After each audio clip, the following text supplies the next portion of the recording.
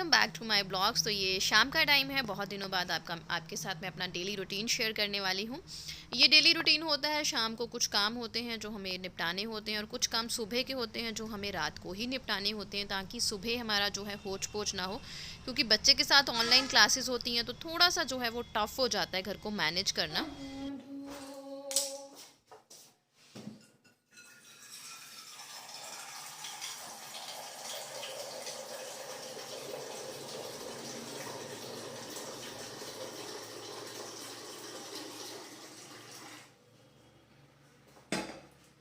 Hi guys, welcome back to Rikvi Bahl and mama rocks. स्वागत है आपका हमारे चैनल पे।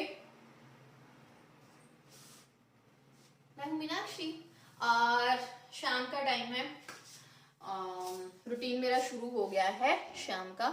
पूजा पाठ हो गई। हाँ जी, अच्छा। आज अच्छी खासी धूप निकली थी तो मोस्ट ऑफ द क्लोथ्स जो है वो सूख गए हैं, लेकिन मुझे उन्हें फोल्ड करना अभी बाकी है। मैंने पूजा पाठ किया, उसमें फिर 1 घंटा लग जाता है, वो करके हटी। और 2-4 चीजें थी जो सुखाने के लिए डाली।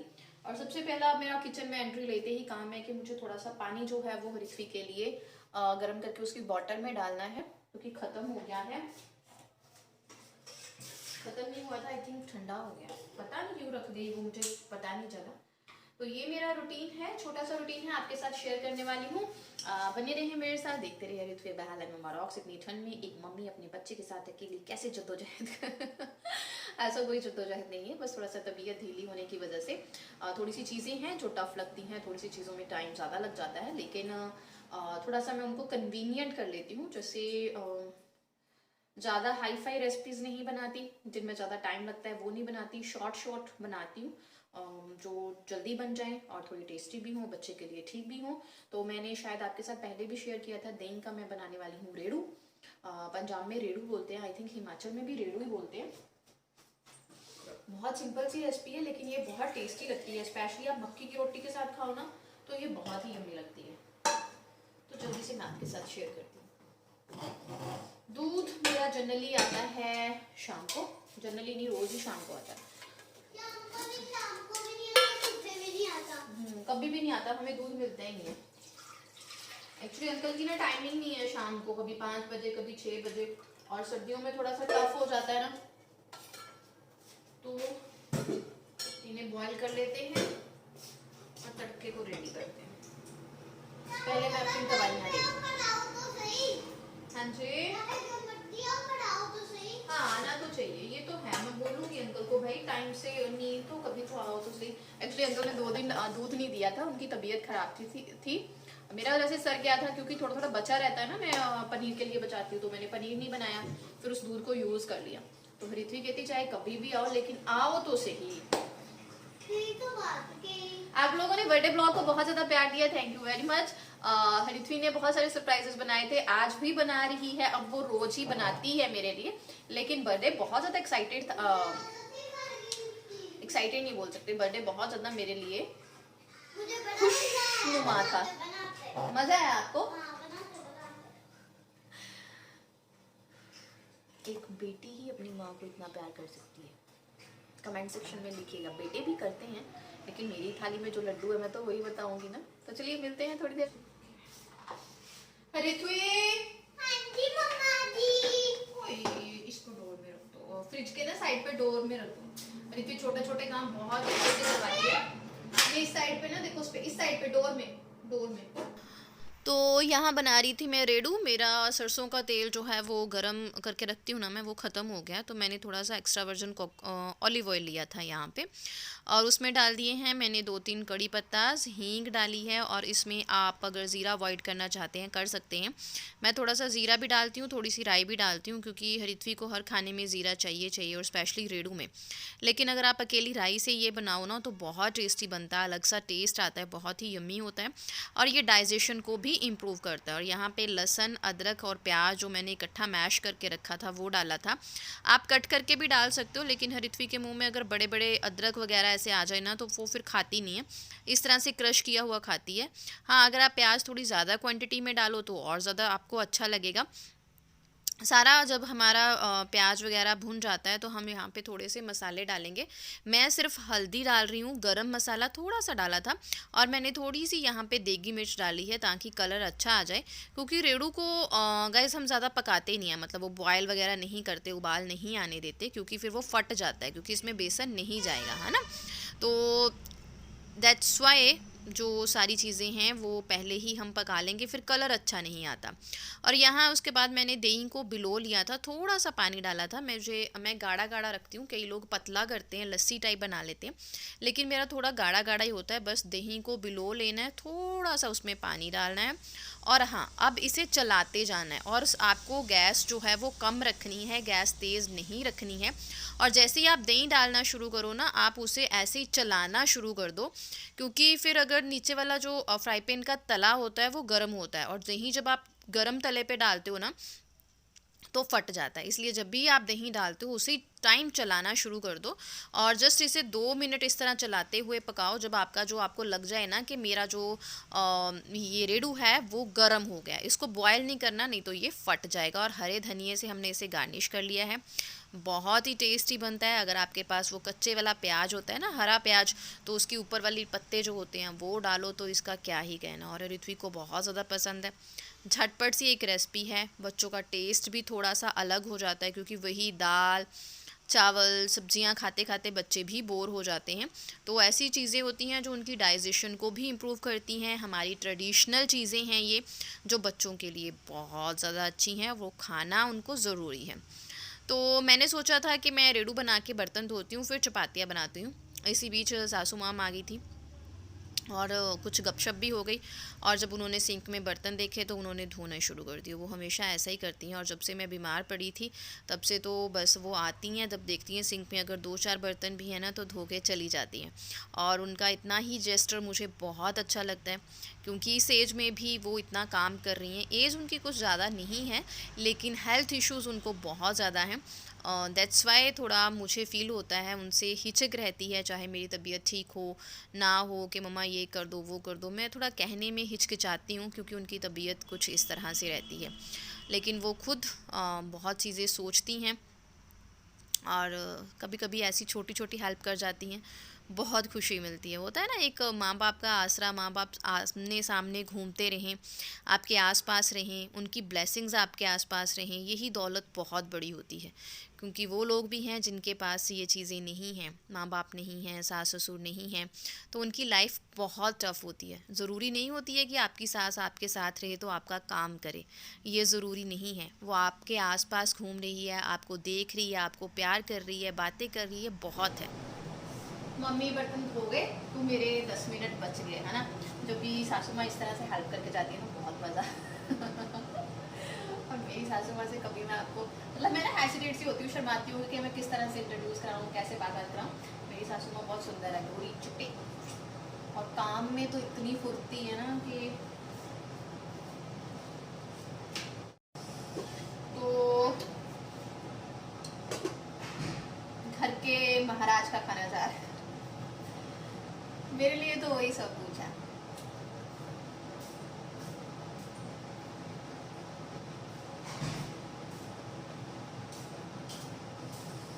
हर माँ की दुनिया उसका बच्चा होती है। और हर माँ को यही होता है कि मैं अपने बच्चे के साथ बहुत ज़्यादा अटैच हूँ, है ना। लेकिन मेरी तो दुनिया, मेरी जान जहान, पढ़ाई लिखाई सब वो है, क्योंकि उसके लिए मैंने अपने सपने वपने सब,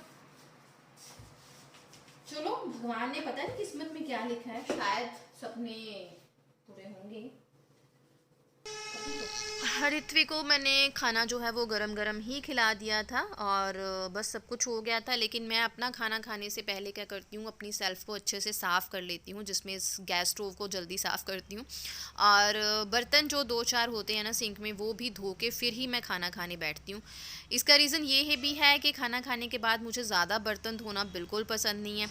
और वैसे भी जब तक किचन साफ़ ना हो ना, मैं तसल्ली से बैठ जाऊँ ऐसा हो नहीं सकता। तो मैंने यहाँ पे जस्ट कपड़े से ही गैस स्टोव साफ़ किया है, क्योंकि आजकल गैस स्टोव दोपहर को साफ़ होता है, और वो ड्यूटी जो है आजकल ज्योति ने संभाल रखी है।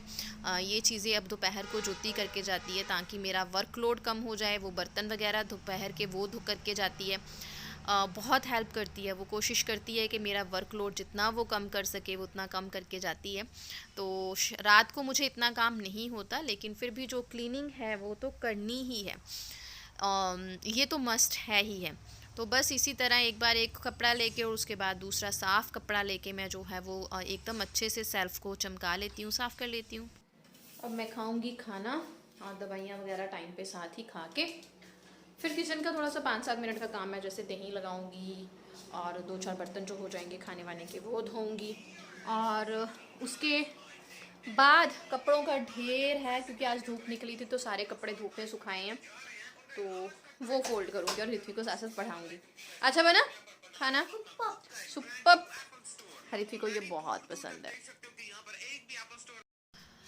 खाना खाने के बाद बस आके मैंने बर्तन खाली करने शुरू किए और यहाँ पे सबसे पहले मैं दही लगा रही हूँ, क्योंकि सर्दियों में अच्छे से दही जमाना भी एक जो है ना डिफ़िकल्ट टास्क होता है, और ये हो जाए तो इससे बड़ी खुशी की बात नहीं है।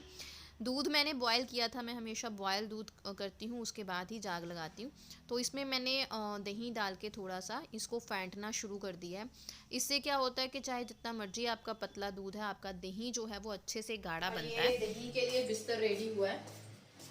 पता है क्या है, एक तो गाय का दूध है पतला है, तो इसका दही गाढ़ा जमाना बहुत टफ है, ऊपर से ठंड बहुत ज़्यादा है। तो मैं क्या करती हूँ, इस तरह से ये पिल्लो कवर है गरम, इसमें इसको लपेटती हूँ होट के इसको, और ये मेरी जैकेट है बहुत गर्म है, इसमें अच्छे से इसको लपेट देती हूँ इस तरह से। और प्रॉपर पत्थर जैसा दही जो है ना वो सुबह मीठा होता है, ऊपर से खट्टा नहीं होता। क्योंकि कई बार क्या होता है ना, हम सर्दियों में सोचते हैं कि इसलिए दही नहीं जम रहा, जाग कम डाल दो, ज़्यादा डाल दो। जाग मतलब जो हम दही डालते हैं, पंजाबियों में जाग बोलते हैं। कई बार दूध हम ज़्यादा गर्म बोलते हैं, तो डजेंट मैटर दैट थिंग्स। मतलब मेरा सेल्फ एक्सपीरियंस ये है, मेरे साथ ऐसा हुआ है, क्योंकि मैं चीज़ें ना दूसरों से पूछने से पहले खुद ही ट्राई करती रहती मेरी आदत है ये, खुद चीज़ें गलत गलत कर करके मैं सीखती हूँ, वो मुझे ज़्यादा अच्छा लगता है।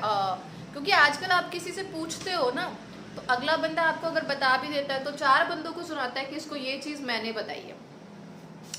हाँ, उसको बताने में कोई बुराई नहीं है, लेकिन समटाइम्स डजंट फील गुड ना, अपनी वो करते रहो, मैं वो मुझे पसंद नहीं है। तो 2-4 बर्तन हैं, हम उन्हें फटाफट से जो कपड़ा लेके सुखा के लगा देंगे।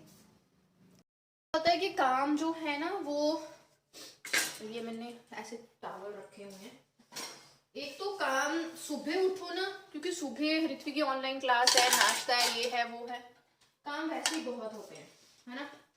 तो रात को ये चीज़ें जो है वो मैं करके सोती हूँ, ताकि सुबह उठो, एक तो किचन साफ सुथरी होती है तो अच्छा लगता है, जैसे एंटर करो ना सारी चीज़ें सॉर्टेड हैं, काम कम है।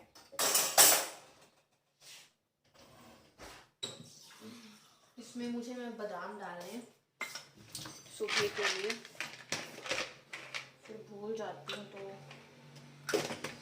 ये खरीदती को देने होते हैं मुझे बादाम और किशमिश।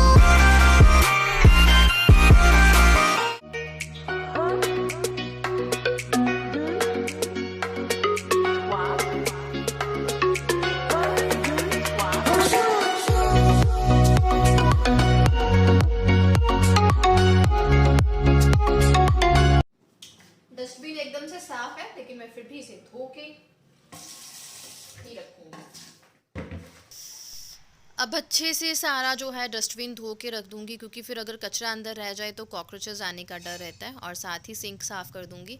ज़्यादा मेहनत मुझे आजकल नहीं करनी पड़ती, क्योंकि जब ज्योति दोपहर को बर्तन करके जाती है तो सिंक बहुत अच्छे से करके जाती है, बहुत अच्छे से बर्तन धोती है, इतना अच्छे से काम करती है ना कि मैं कई बार सोचती हूँ कि जब मैं ज्योति की एज में थी, हार्डली ज्योति की एज 15-16 साल होगी या 17 होगी, तो उस एज में मुझे एक बर्तन भी अच्छे से धोना नहीं आता था।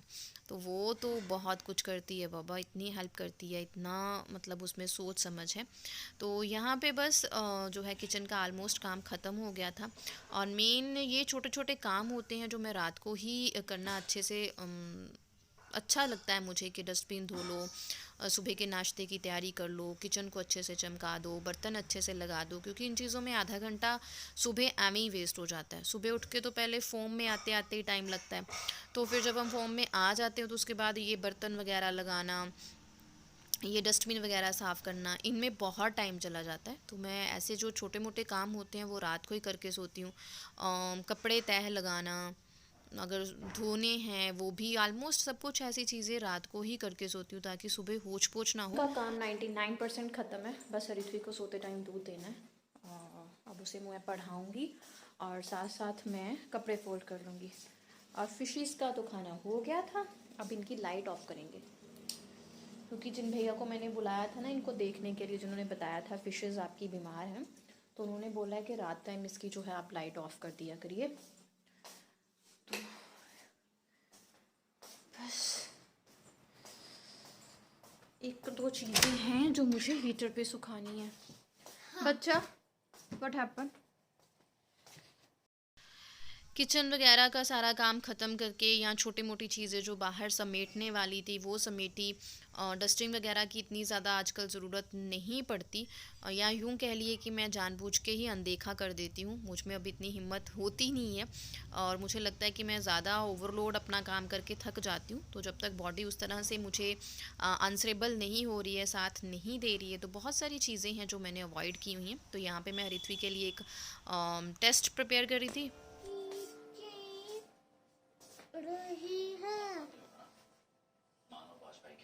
क्या है, आधा घंटा लिखने को लग जाता है और ये बंदा 1 मिनट में सारा काम कर देता है ना। तो हरिथी का काम था संख्या शब्दों पर गोला लगाएं। देखते हैं, घोड़ा तेज दौड़ता है, चिड़िया चहचहा रही है, सेब बहुत मीठे हैं, रिया सुंदर लड़की है, बच्चे खेल रहे हैं, स्कूल मुकेरिया में है, आसमान तारे, कोयल गाना गा रही है। गलत, गाना मतलब सिंग, सिंगिंग ना। तो सिंग इज एक्शन वर्ड और अ नाउन? सोचो। खेल, खेल मतलब play, play is a action word और अ नाउन? हाँ, हाँ, तो ये दोनों गलत हो गए ना। मुझे आम, आम इज आल्सो अ नाउन बेटा। Mango, name of a fruit. ये तो एक्शन है ना। गाना, गाना, गाना, गाना, तो उससे एक्टिविटी पता चलती है ना कि कुछ एक्शन हो रहा है ना। वो एक्शन वर्ड है, वो किसी का नाउन, नाम नहीं है। सिंगिंग किसी का नाम होता है? हाँ, सिंग। देखो, अपनी चीज सही बनाने के लिए यहाँ होता है। खेल मतलब प्लेइंग, प्ले, कोई वर्क करना, तो वो किसी का भी तो नाम तो कुछ भी रख सकते हैं ना। हाँ, कुछ भी रख दो बस। आपको चीज समझ आई? सिंगिंग मतलब एक्शन, कुछ काम हो रहा है, that is not a noun. Okay. Play मतलब पानी पीना है अब इसको। प्ले का मतलब अच्छा, ये पता चल गया आम नाउन है, ये पता चल गया। अब तो नहीं गलती होगी। चलो सुबह एक बार फिर इसको रिवाइज करेंगे, सोते टाइम ना एक बार इसका ओरल कर लेंगे, ठीक है। अभी मैं आपको मैथ का करवाती हूँ। मैथ का आप 8 का टेबल लिखो और इसको लर्न करो। जब तक मैं कपड़े फोल्ड करती हूँ ना, इसको लर्न भी कर लो और मुझे सुनाना। पहले ये खोलो। क्या, ये गर्मी लग रही है, हीटर चलाया ना मैंने भी, कपड़े खोले। ये इसका नाटक है, मम्मा की गोदी में सोना है। चलो अपनी सॉक्सेस खोलो और ऊपर वाला लोअर खोलो। बस सारे काम खत्म हो गए। ऋत्विक का होमवर्क सारा रिवाइज हो गया, बेड वेड सेट हो गया, वो कपड़े रखे हैं जो मुझे सुबह नहा के डालने होते हैं, फिर थोड़ा होच पोच नहीं होता है ना, चीज़ें रखी हों तो। नाश्ते के लिए सुबह के लिए मैंने दाल भिगोई है, उसका कुछ बनाऊंगी। लंच के लिए कल राजमा बनेंगे, वो भिगो दिए हैं। तो बस काम ख़त्म है, बस अब ऋत्विक को सुलाऊंगी। 9 o'clock हो गए हैं, 6 बजे मैं लगती हूँ रोज़ का ये, और 9 बजे मैं सारे चीज़ें जो है घसीट के घड़ीस के नहीं घड़ीस, हाँ पंजाबी च घड़ीस होता है, घसीट के 9 बजे तक ख़त्म कर लेती हूँ। हाँ, क्योंकि अभी ना मेरे में इतनी एनर्जी नहीं है, मेरे में ना मतलब काम जो है मुझसे स्लो होता है। पानी पकड़ाऊँ? काम की ना मेरे में स्पीड नहीं है अभी। तो क्या हो गया? जरूरी थोड़ी बोला कि स्पीड से ही करना है। चलो हाँ ये भी है। ये बंदा मेरा फुली स्पोर्टर है। मैं सुबह आज ना थोड़ी ऐसे ही हो गई थी, बीमार हो गई थी ज़्यादा, तो कहता कि मम्मा खाना बनाना रहने दो, मेरे को कोई भूख नहीं लगी है। सच्ची लगी नहीं थी। सच्ची नहीं लगी थी तो नाश्ता दिया तो इतना फटाफट से कर तो लिया, अगर भूख नहीं लगी थी। So thank you very much guys for watching us. सत श्री अकाल। ब्लॉग नू जरूर देखा करो, अच्छा लगता है तो उसको लाइक करें, चैनल को सब्सक्राइब करें और शेयर ज़रूर करें। Thank you very much for watching us. And रुको मैं फ़ोन ऐसे पकड़ के, सत श्री अकाल, बाय बाय।